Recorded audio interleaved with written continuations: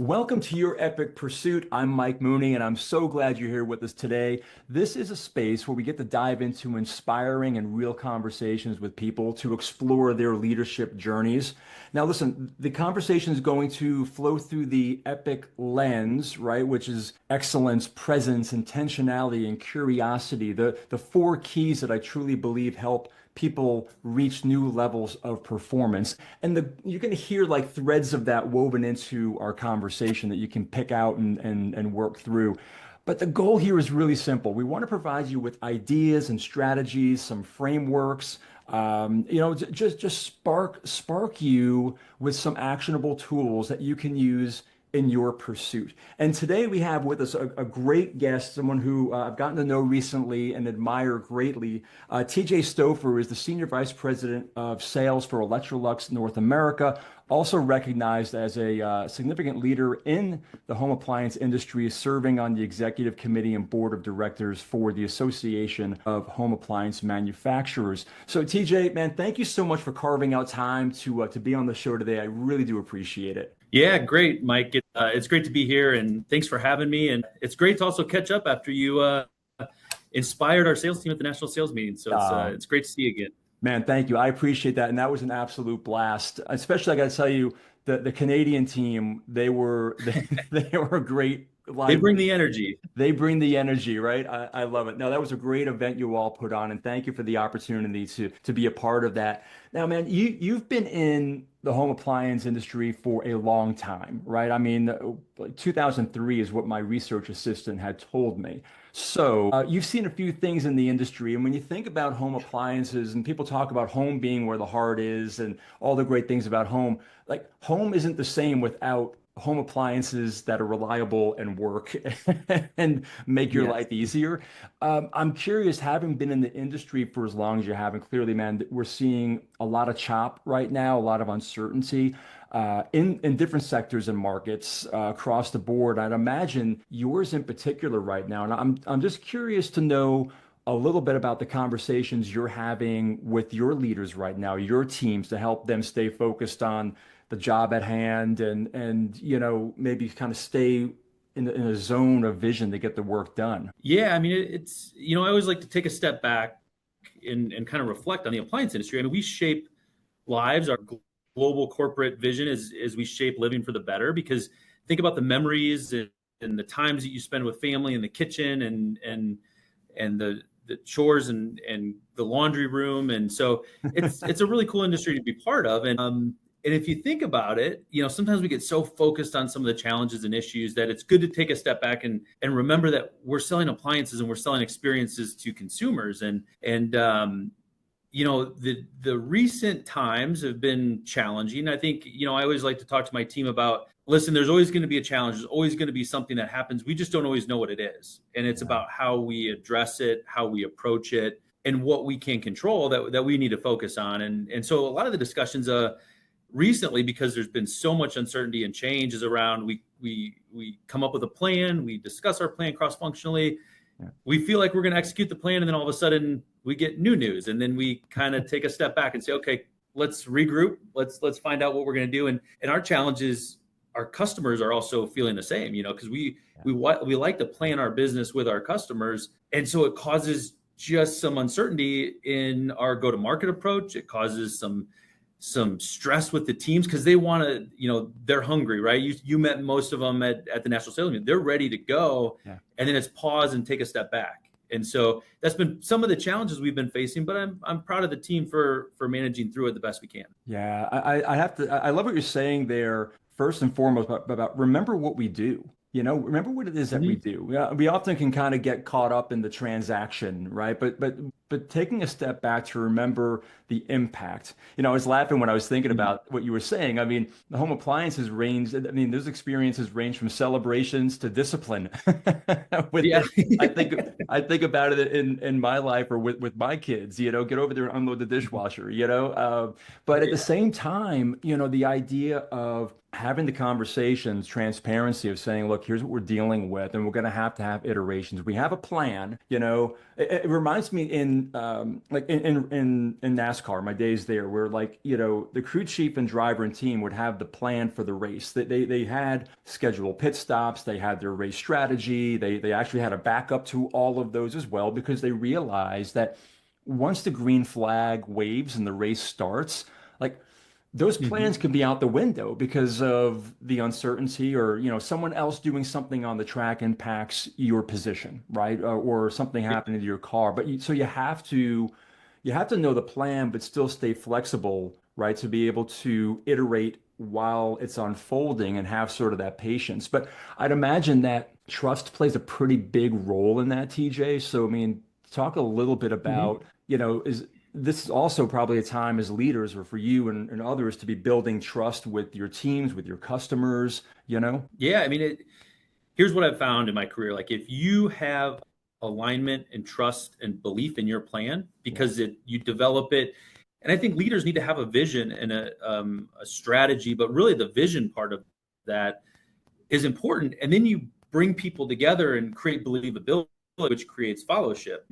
And when you have this big unit, and sometimes people talk about it, but when you have it and you feel it, Hmm. you know you have it and feel it. And so, building the trust in the team and trust in the plan is really important. And I'll be very honest, like there's been some conversations even as of today is, hey, we don't feel comfortable in our financial forecast or the plan just because there's uncertainty. There's been so many moving parts so quickly that we had to regroup, and we regrouped and we talked and we sat in a room and said, okay, let's talk about what's on your mind, what's causing you uncertainty and stress of what we can control, because Yeah. we know we can control that. And so Right. let's talk about it, let's fix it, and when we walk out, we have a good game plan and a better understanding. And I think that's really important in focusing on what you can control. Yeah. And I used to say eliminate distractions, right? But I think it's Mhm. more manage distractions. Yeah, A, that's a a great quote that I point. like is keep the main thing. Don't focus on things outside of your goal. When we do that, I always tell the team, like, let's go out and let's call our play. And if we align on the play, we believe in the play, we have trust in each other, and we go out and execute better than the competition, we will win. And it may not be the best play. We may not have the best brands of any brand in the industry. Hmm. But if we execute our play better than the competition, we will win most of the time. Yeah. And so that's what we talk about. We talk about how do we execute better than anybody else and go out and win with things that are in our control. I love that, man. I'm making notes here as we're going along, because I love the idea of execution during uncertainty. You know, I've been thinking about this a lot lately, and what I've seen is in these times of uncertainty, it elicits a bit of this like primal like fight or flight response in people, and the flight is, I'm going to sit back and wait. I'm just going to kind of see how things play out before I make a decision, or move to action, and then fight can take that role of control. Like, okay, I'm going to go in here and I'm going to have both hands on this, and I'm going to try to wrestle the things that what I want to happen and control. And to your point about, look, let's not, ignore the distractions. We're going to manage them, but we're going to Mhm. manage them by focusing on execution, right? And Mhm. execution is a great way to kind of, not a great way, not kind of, it is the way Yes. to release that anxiousness as well. But I love the way you Mhm. frame it up, that if we execute even in the uncertainty, we are more than likely going to win. Yeah. That's a great message in there. I love that. Yeah, and I think it sometimes you have to detach yourself a little bit from the anxiety of the situation that's going on, because we know how to do this. I mean, listen, we sell appliances. It really hasn't changed a whole lot in the last years. Now Yeah. the environment changes, the macro changes, there's tariffs, there's other things happening, Yeah. but we know how to do it. So let's refocus and go out and put a plan together and then let's track it. Let's Yeah. do the basics. Sometimes I think it in overwhelming situations, I think it's easy to get away from, doing the basics and the fundamentals. And once you get back to that, now all of a sudden it feels better. And I think that's where the team's kind of at right now. No, it does, man. I've had the opportunity over the last several months to speak at several different Army depots. These are the organic industrial bases where they're building the Bradleys and M1s and machine guns, ammunition, and things like that. And it's interesting when I've been there in the morning, like the base commander will address the group, may have 100 or so in the auditorium, and it'll be 7:30 in the morning, and he'll say, "Okay, I am going to tell you what I know to be true right now at Hmm. 7:30 in the morning." And I will come back at 4:30 and I will tell you what I know to be the truth here at 4:30. Yeah. And in between though, this is the key, and this is what I love about the message and what you're saying here about execution and the fundamentals. The commander would say, what I need you to do is stay focused on the task at hand, because the things that are happening outside are distractions, yet you still have a job that is to support the American warfighter in our work and efforts. And I need you to stay the course with the work that is in front of you. And then I will Hmm. share with you the information of how we're best going to navigate what's coming at us from this larger level. And I hear pieces of that in what you just said, TJ, which I think is great, because it's easy for our teams on the front lines, the tip of the spear, the ones talking with the customer, to get so wrapped up in the headlines of what's Hmm. going on Yeah. that it starts to, impede their ability to execute. Yeah. Yeah. No Yeah. question. And I think that it's good for leaders to have empathy for that as well, to be Yeah. able to listen to those that are on the front line that are out in the field or they're sitting in front of the customer every day and every week, to have empathy for what they're going through. And I think it's okay to let that conversation come out and then redirect, refocus, and then go. Yeah, I love it. I love it. Well, TJ, you've seen a ton in this industry, like I said before, a lot that's happened. You've been in a number of leadership roles over those years. I'd really love to know your thoughts or experiences. There are times when leaders kind of get to these crossroads where they've got to make a decision. It could be a bold decision. It's that crossroads of like maybe the gut, feel, maybe the data that's driving, a different direction, or culture or what have you. But was there a Hmm. time in your leadership journey when you had to make a bold move that people maybe questioned, maybe even yourself were like, "Oof, I don't know that this is going to play out the way you think it is," but Yeah. you stayed with it, and the Yep. outcome actually, transformed either the situation or your journey as a leader. I'm just curious if you had Yeah. something like that. Yeah, I think it's good question for conversation because I think a lot of times it's interesting when you're early in your career, you kind of think forward about where will I be, what challenges will I face, and you think forward and it's hard to believe, but like now I'm over 20 years in the industry and now I'm looking back to say, okay, what was that pivotal time in my career that got me to where I'm at today? And so reflecting back on that, I was a leader of one of our big channels of independent retail and we had great people, we had great customers, great relationships. The business just wasn't in a profitable space where we were adding value to the overall company. Mhm. And so I was asked to take that role to lead that business, and it was interesting because it was kind of a discussion around, well, we think you're the right person for the job. It probably needs to be restructured, and we really need you to turn this into be a profitable business. And I'm like, okay, Okay. great. All This right. sounds really exciting. Yeah. We think you're the And guy, and you got to turn this around. Oh, Yeah, fun. exactly.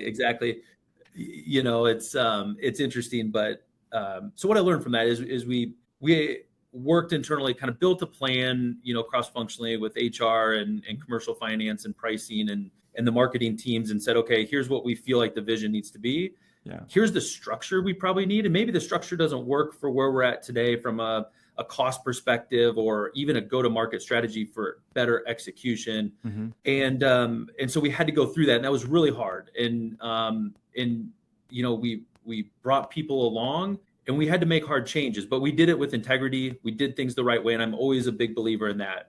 It's never easy, but sometimes it has to be done. But if you Yeah. do it the right way, it's really good, for the business, the current employees, and those that are part of restructuring. And then once we got through that, we had this team and I talked about the vision, and we Hmm. had a couple of meetings just with my direct reports, and we talked about what do we want to be, what do we aspire to be. Yeah. And it wasn't about where have we been, or it wasn't about today. It was where do we aspire to be? And so we set this vision for the business. And then we started to get to work on the go-to-market strategy. We pulled Hmm. finance and pricing and said, okay, how can we change the P&L structure of how we go to market so that this makes it so we're profitable? Where are we spending the dollars? Where are we getting return on investment? Where are we not? And we built this plan, and then we brought more of the field team in and said, here's our plan, here's our vision. And this wasn't my vision, this was Right. our vision of the leadership Yeah. team. Yeah. And now the salespeople in the field were like, okay, cool. My direct boss was part of creating this vision. I have trust there. I trust in what he's doing. So now we're bringing more people together. But the interesting part was when we took it to the marketplace and we took it to our customers. Right. And that's when all the voices started happening. You got people that worked in the past, you got different buying groups, you have different customers, you have different customers that have different opinions, and they're all kind of telling you kind of how you should do this. Mm. And I was really proud of the team because we stuck together Right. and we said, here's our plan and our strategy, and we're going to go forward with it. And we're going to listen, but we're going to take inputs, we'll Right. discuss it, but we're going to keep moving forward with our plan. And it was a really intense 6 to 8 Is months that right? externally with our customers. But it was funny because then they started coming around, and then they kept buying from us, and then they started liking us more because we became this business partner of theirs, and we had open conversations about it. So that was a real pivotal part of my career, not only from a business fundamentals of how we could turn a business around, but really the people leadership side of it, bringing people Love it. along, staying the course, right? I think staying the course, even when all the Yep. voices are telling you, you're probably making mistakes, or, oh, this person's never going to buy from you if you don't do this. And Yeah. so it was a Yeah. great journey. And it was something that I have a lot of the team that's still part of the organization. And we sometimes reminisce and think back about, can you believe we actually did this? And that's things that they'll say to me. And I'm like, yeah, it's really Wow. proud of the team for pushing through. So kind of a cool story. No, no, it is. I mean, I'm making again notes as we're going along in here on the different steps, and I love the way that you rolled it out. I love the way that you built trust. This idea of that trust ladder going from the top down, to the field.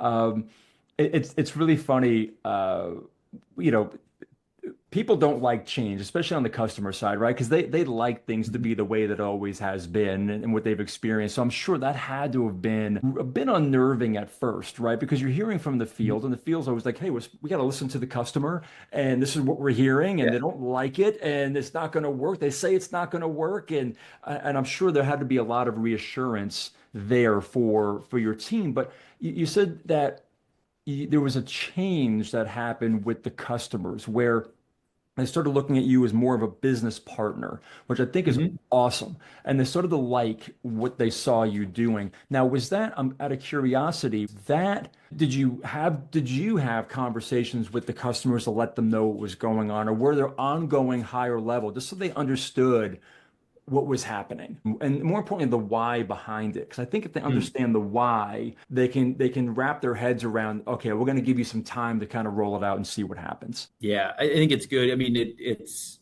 interesting because as I've grown, you always got to start with why. People have to know why you're doing what you're doing, inclusive of Right. customers. So yeah, we had some customers, and it took open, transparent customer conversations to say, here's where our business is at, and they run big businesses just like we're running a big business. And so then you change the conversation to product mix or certain pricing, Yeah. but it's more performance based. We can support you here, but here's what we need from you. Like, we can't just Hmm. keep doing it the same way we've always done it. We're not saying we're not going to support you. It's just going to have to feel different, and we'll find a way to make it good for you. But it's that open dialogue with the customers and with the team to Right. understand why we're doing this. And then honestly, to them to know that our region managers in the field being there to support them and let them know, hey, we'll go hard, have the hard conversations with you, and we'll come out on the other side okay. Like, Yeah. at the end of the day, we have great relationships, Yeah. and that's really what got us through this. And again, I think as we were talking about earlier, you can actually build and strengthen those relationships during these times if you're open in Yeah. communication. It reminds me, and honestly, it's funny when you were talking about that. Back in 2003, I was working for Nextel, the phone company, the carrier, Mm. and they had taken over the NASCAR series sponsorship from Winston. It used to be the Winston Cup, and it was the Winston Cup for Yeah.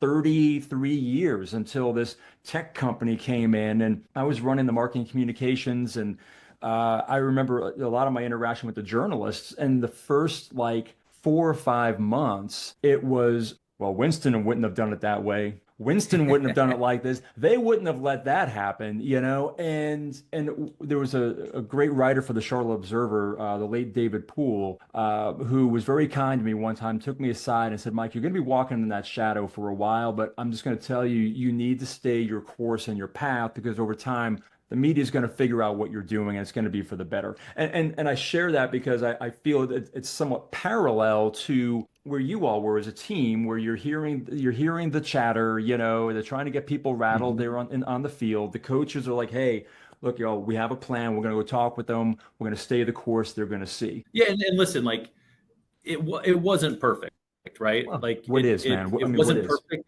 Yeah. Yeah, and we had some challenges along the way, but the cool part is the team overcame it, and we found a way to win with Yeah.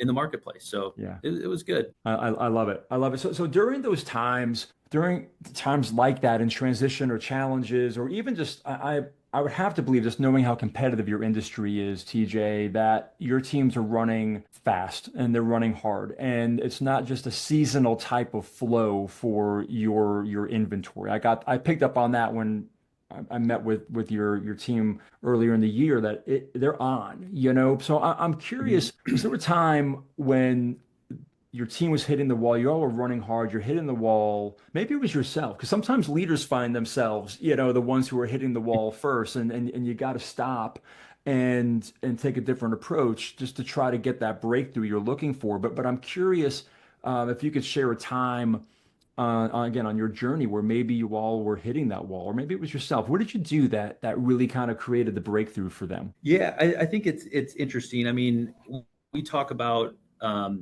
a couple different things. You know, detaching yourself from certain situations that can feel overwhelming. I think, you know, sometimes there's issues or challenges where you get so into the details that it's hard to pull yourself out of it, right? Mhm. And I think Yeah.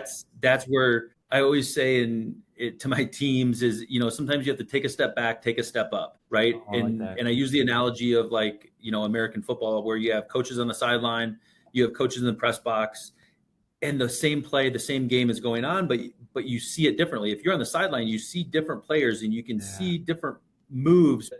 If you're in the press box, you can see the play develop, and you can see, you know, the steps or the reads that different offensive and defensive players are making. But Right. the point is you look at the business from a different perspective. Mm. And I always remind myself that, and I talk to my teams about it, because I do believe that when you're into the, you know, kind of the daily grind, they call it, like, that's really when burnout happens. It's not always to where they feel like they have too much work. Hmm. It's that they just keep doing the same thing over and over again, and then the next problem comes in, it's the same thing. We never fix the bigger process, or, you know, fix Yeah. the bigger picture items. And I think that's where, you know, leaders and Yeah. even sometimes employees, like, we just got to detach from the problem, take a step back, take a step up, and, you know, Mm. really look at things from a different perspective. I love that. I love that. And is so in that example to do that, that requires a couple of things. And from what I'm hearing, one is that you've got someone on your team that has the courage to kind of raise their hand and say, TJ, I'm at this point right now. I'm getting distracted or I'm getting frustrated or what have you. But they've got to be able to raise that hand in a place where they know that that's not going to be weaponized against them. That's not going to be used against them for their humanness, right? And their willingness to say, hey, I need a moment, right? So you need someone who's going to be willing to say that. And I need the help. I got to get that perspective.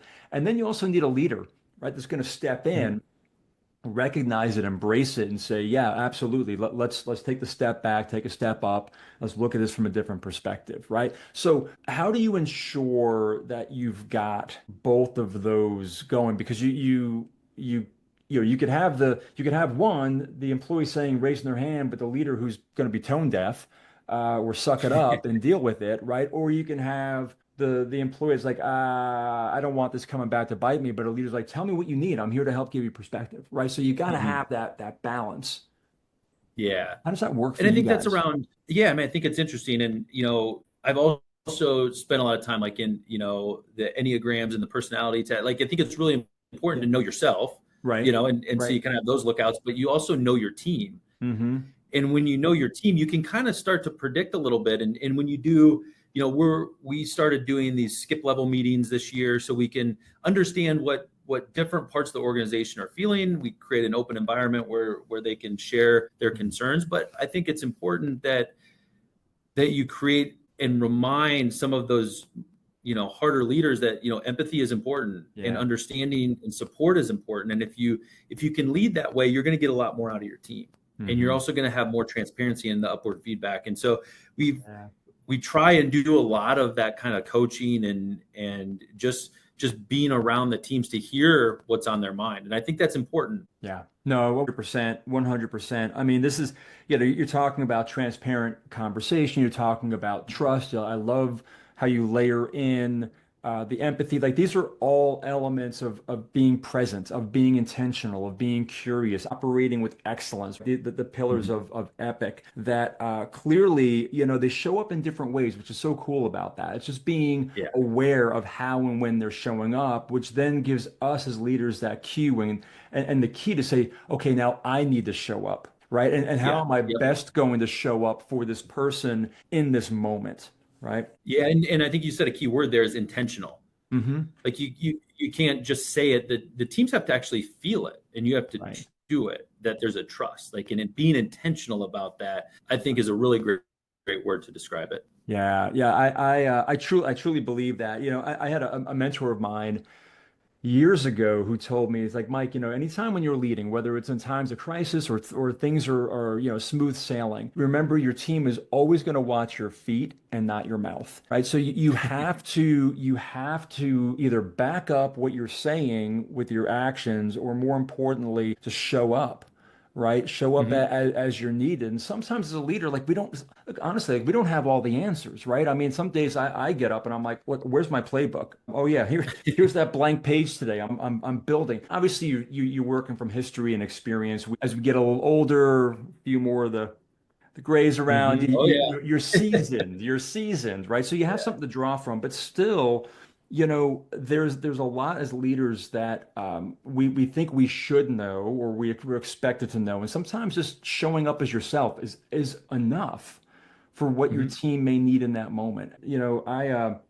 I know sometimes that's difficult on the corporate side. I've lived that, Yeah, where it's like you've got to you have to show up and have all the answers sometimes, and we don't always have them all. yeah. And there's something I think powerful in a leader. Like we set our priorities and actions, or we have OKRs this year, objectives and key results, is kind of a new process going forward. And I think we kid ourselves if we don't think that our employees show up, go to work, go home, and think, I did a lot, but what did I accomplish? Right? Like, Mm, and I have that too, right? And yeah, and yeah, so it's okay to talk about that. And that's when I say, that's when you pull out your OKRs or your priorities and actions and say, what am I working on? And does it align with anything on this one piece of paper? And then it right. can refocus you on what you're supposed to do. Because we all have it. Like, it's Yeah, human nature. You all yeah. have days where you just wonder, you did a lot, you talked to a lot of people, but you just don't know if you provided value. That And man, that's okay. I love that. When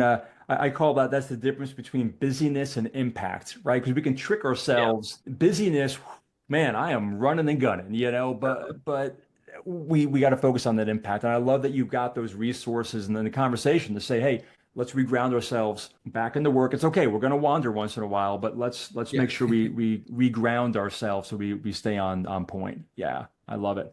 TJ, this has been a fantastic, absolutely fantastic conversation. I have taken a bunch of notes here, and I hope the viewers have been as well as we're going through. But the things that I've taken away from this conversation have been, simply like remember what you do. Like first and foremost, let's just remember what it is that we do and the impact that our business or industry has on people, not just the transaction of the sale, the idea of having iterations of a plan to stay flexible in times of uncertainty, ensuring that you're building trust up and down that ladder of not only communication but with your customers as well is fantastic.